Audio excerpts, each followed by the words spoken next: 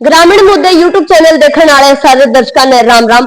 दर्शकों फिलहाल आप शहरी घरंडा जिला सोनीपत में मौजूद है और यहाँ पे एक राम मंदिर मतलब ऐसा अद्भुत और देखने लायक मंदिर हमने देखा। यहाँ के पंडित जी हमारे साथ हैं, इनसे इस मंदिर की डिटेल लेंगे। राम राम महाराज जी। राम राम सीताराम। आपके ग्रामीण मुद्दे के सभी दर्शकों को मेरा सीताराम। आप लोगों का बहुत बहुत साधुवाद और धन्यवाद। आप लोग यहाँ पर आए और अपनी बात जनता के सामने, समाज के सामने पिरोने के लिए आप कार्य कर रहे हैं, तो इसके लिए आप साधुवाद के पात्र हैं। सर्वप्रथम ये जो आपने बाहर जितनी भी कलाकृतियां देखी होंगी, सामने निम्बार्काचार्य दादा संत किशोरदास जी की समाधि देखी होगी और इतना भव्य और दिव्य दरबार ये बना हुआ है, ये सब आपने देखा है। तो इसकी जो स्थापना है वो सन 1609 ईस्वी में हुई है और इसके जो मुख्य स्रोताधार हैं वो हैं दादा किशोरदास जी महाराज। 1609 ईस्वी में इस जगह की नींव उन्होंने रखी और उस समय यहाँ पे ये भव्य और दिव्य तालाब जो आपको बाहर दिखता है, ये तालाब था। एक यहाँ पे एक वो है कुआं है, हाँ जी देखा था। उसको नागों वाली कुआं बोलते हैं। और दादा किशोरदास जी ने यहाँ पे समाज कल्याण के लिए, जन कल्याण के लिए और सभी को सही दिशा और दशा दिखाने के लिए यहाँ पे बहुत तप किया है। या 1600 कुछ ईस्वी में ही यहाँ पे बाबा बीरबंदा बैरागी आए, जो आपने प्रतिमूर्ति बाहर देखी होंगी, वहां पे सेना भी बनी हुई है।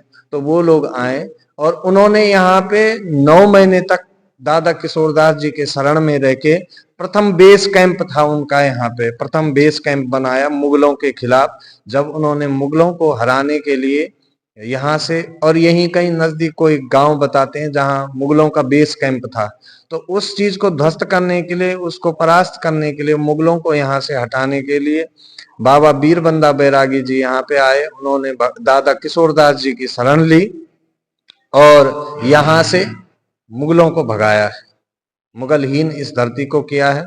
और दादा किशोरदास जी के वंशज हैं, उन्हीं के वंशज हैं जिन्होंने इस मंदिर का जीर्णोद्धार किया है। इस मंदिर का जो पहले स्वरूप था, यहाँ पे पुराने तरीके से ये मंदिर बना हुआ था, पौराणिक तरीके का मंदिर था, लेकिन उसकी स्थिति जीर्ण हीर्ण हो गई थी। तो उन्हीं के वंशजों में से एक आते हैं, उनका नाम है डॉक्टर राज वैष्णव जी। वो IAS ऑफिसर हैं। तो उन्होंने इस मंदिर का निर्माण किया है।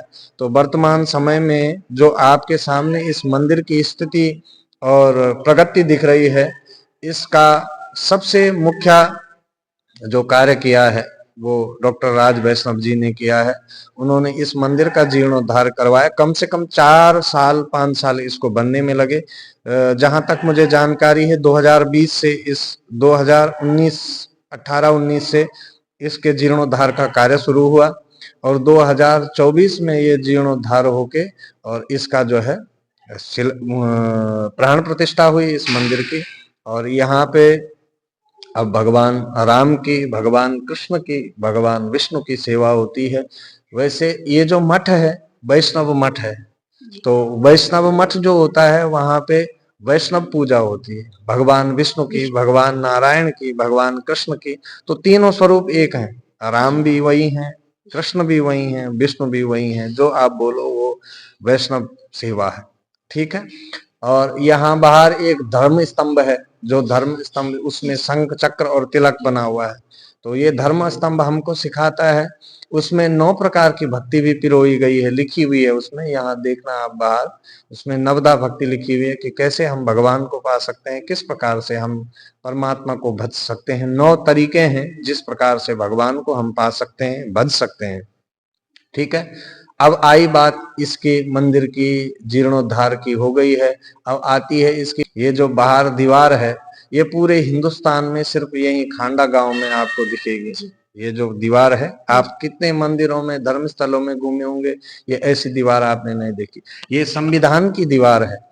हमारे संविधान में जितने भी छाया चित्र हैं, जब संविधान बना होगा तो जितने भी महान लोगों ने संविधान को लिखा है, बनाया है, तो उस संविधान में जितने भी छाया चित्र हैं वो छाया चित्र इस दीवार के ऊपर पिरोए गए हैं ताकि लोगों को भक्ति ज्ञान भी मिले और देशभक्ति का ज्ञान भी मिले। तो ऐसा इस मठ का, और शुरू से, आज से नहीं, शुरू से ही यही ध्येय है कि लोग ज्ञान की ओर बढ़े, भक्ति की ओर बढ़े और देशभक्ति की ओर बढ़े।